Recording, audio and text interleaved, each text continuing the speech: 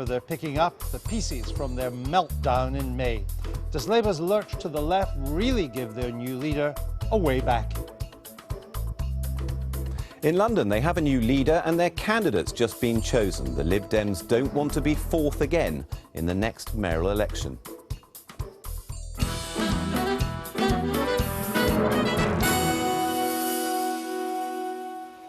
So all that's coming up in the next hour. With me for the duration, three patriotic members of Her Majesty's Loyal Press Corps, Nick Watt, Helen Lewis and Jan Ganesh. They sang all three verses of the national anthem just before we came on air. It's just a shame that they're tone deaf. So after a week of confusion over where Labour now stands on a range of issues, Team Corbyn confirmed one policy this morning. It's promising to renationalise the railways. Not all at once, that would be too costly. A task force will consider how to bring back the trains into public ownership line by line as the current privately run franchises expire. The network is already state-owned. Cabinet Minister Justin Greening, a former Transport Secretary, was asked about Labour's policy on the Mar Show this morning. So is your basic complaint about renationalisation that it wouldn't allow sufficient investment in for the next phase of the railway system? I think it would waste millions, potentially billions of taxpayers' money on what is essentially from the Labour Party now an ideological joyride at a time when instead we should be getting on with the plan we've got in place for record investment to do the kind of capacity that commuters need. Nick, sensible to roll out rail nationalisation. The polls say it's quite popular. It's done bit by bit, doesn't cost any money if you wait till the franchises expire, and it won't cause much of a row in the Labour Party.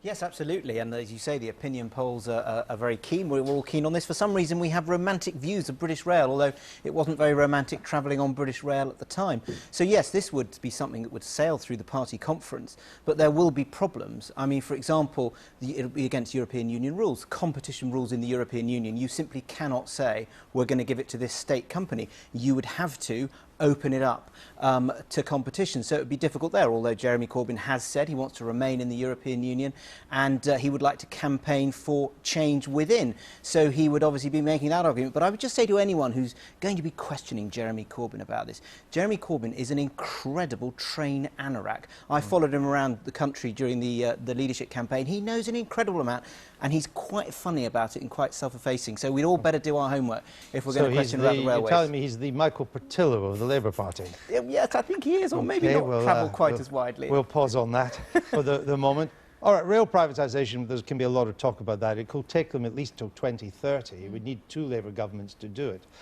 But on so many other areas, Andrew Ronsley in The Observer this morning, he calls the Labour attitude to policy licensed anarchy.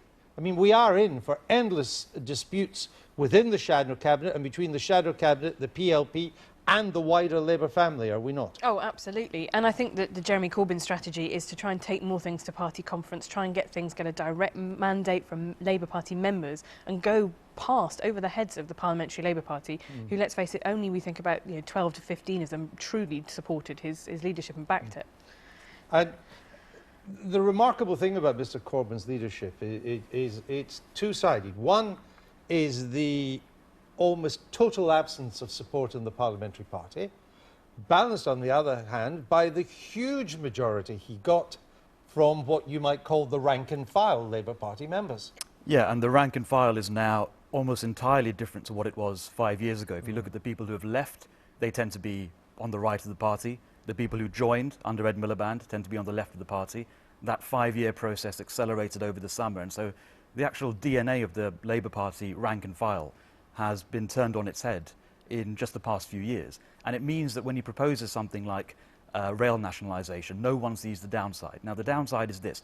By all means, you can brandish polling evidence to suggest that it's a popular policy individually.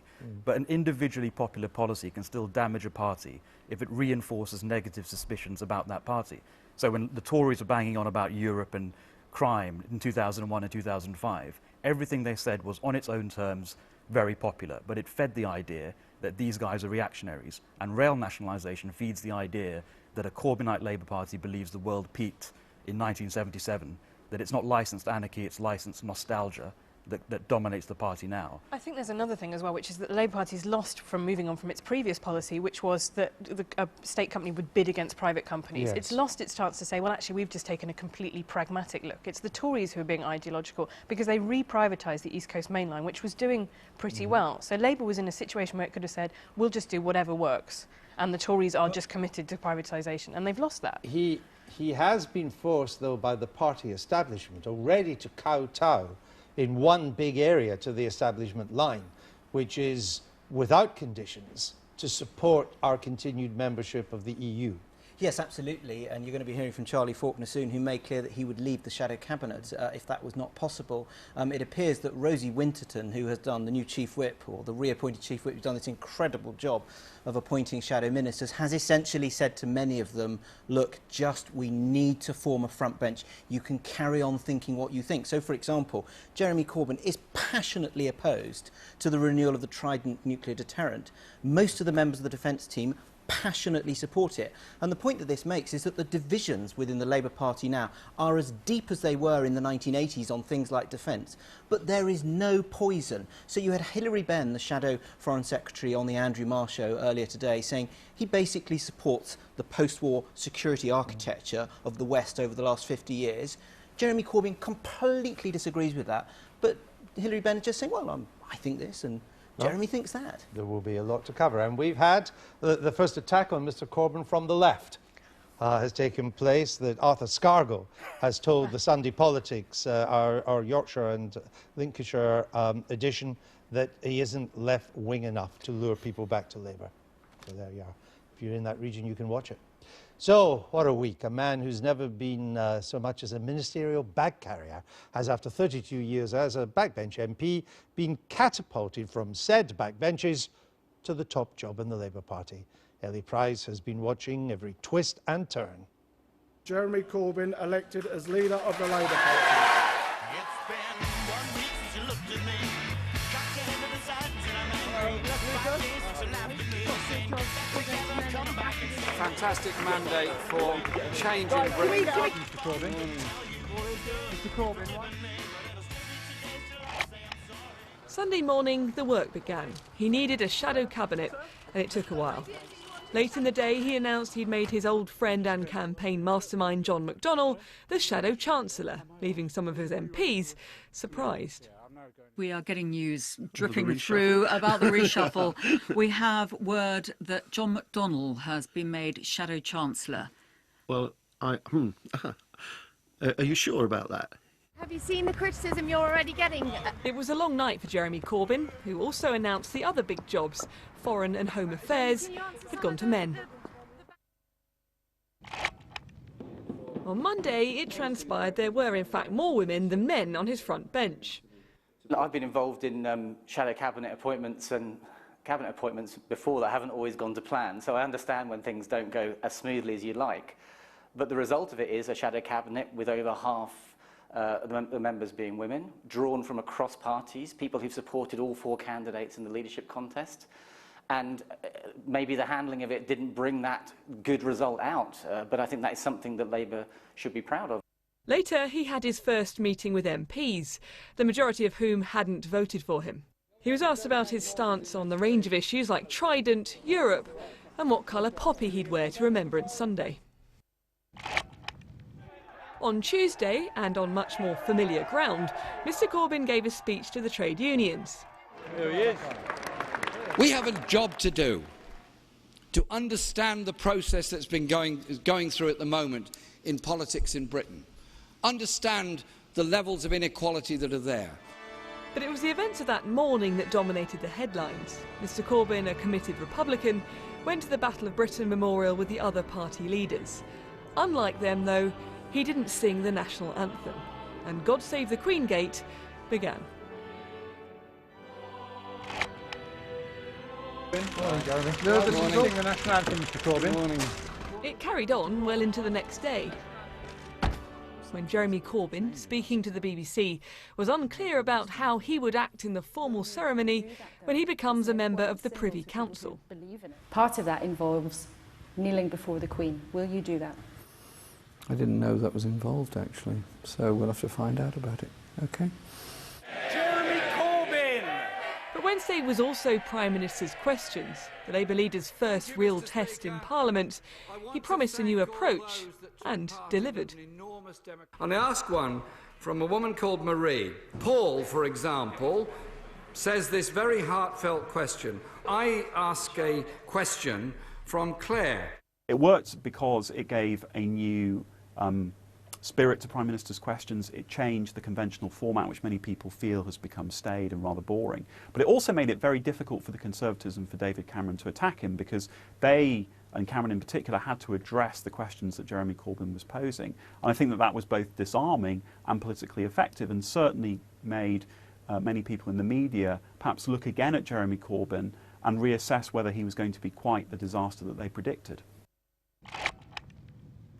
The end of the week was quieter, but on Thursday evening the Shadow Chancellor apologised for comments he made 13 years ago that IRA terrorists should be honoured.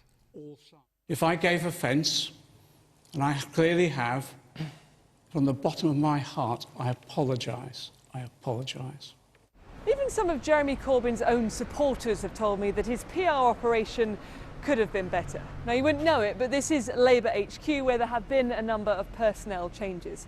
I've spoken to the catchily named new head of policy and rebuttal, who'll start later this week. There's also a new head of communications. So a new team for a new politics. This week you've had a sense of chaos. You've not managed to come out and say something really clear and strong about austerity or immigration or any of the things that we know he believes in, Britain's role in the world. So I think he's got to have future weeks where he's much clearer about what he stands for, so that people have a chance of his political strategy working and people being enthused by that. At the moment, no one hears it. The big challenge for Jeremy Corbyn, his new team and his new politics will be the Labour conference next weekend. A last chance to make a first impression on his party, as well as those he wants to vote Labour in 5 years' time. That was Ellie. We're joined now by Charles Falconer, who accepted the new leader's offer as Shadow Justice Secretary in the Lords. Welcome to the programme. Thank you, Andrew. What possessed you, one of Labour's last remaining Blairites, to join Mr Corbyn's shadow cabinet? I want to make the opposition as effective as possible in holding the government to account, and I want to play my part in ensuring that Labour is fit to govern. Mr Blair, your friend, your former flatmate, close cabinet colleague for many years, he said that if Labour elected Mr Corbyn, it would be, quote, walking eyes shut, arms outstretched over the cliff's edge to the jagged rocks below. Did you consult Mr Blair before taking the job? I've talked to Tony. It's a private conversation. I'm not going to say what he said, but we remain close friends. Did he try to talk you out of it? I'm not going to say what happened in the private conversation. You backed Andy Burnham for the Labour leadership, and he said that a Corbyn victory would make voters think, quote, Labour has given up on ever being a government again. Well, was he wrong? The role of all of us in the Shadow Cabinet and in the Labour Party is to do our best to make Labour connect with the public and be a force that